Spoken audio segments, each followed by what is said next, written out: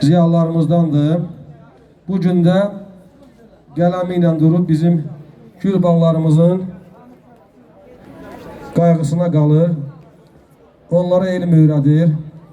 Onları gələcəkdə düzgün təhsil almağa yönəldir.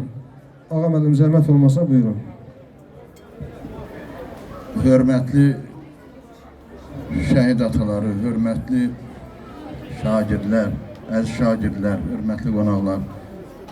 Mən də öz adımdan, yəni qəhrəman Rəşad Abdullayevin atasın, anasın, onları belə bir tədbirdə bizimlə iştirak eləməsi, bizdən bir yerdə anmasın.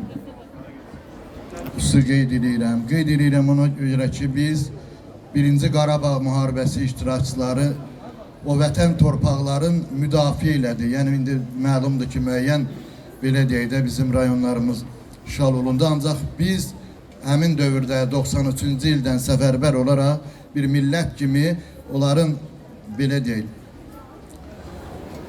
o Rus ordusunun köməyi ilə irəliləməsinin də biz qarşısını aldıq. Amma 2-ci Qarabağ müharibəsində bizim qəhrəman oğullarımız həmin torpaqları geri aldılar. Və təbii ki, bu müharibədə, yəni itki də olur, itkisiz müharibə olmur. Bizim xalqımız da bu şəhidlərin hər zaman anırlar, onların xatirəsini hər zaman yad edirlər. Şəhid valideynlərinə də Allahdan səbir diləyirəm ki, onların övladlarına görə Allah onlara səbir versin.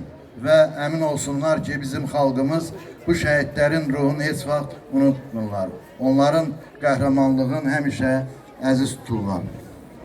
Diqqətinizə görə çox sağ olun.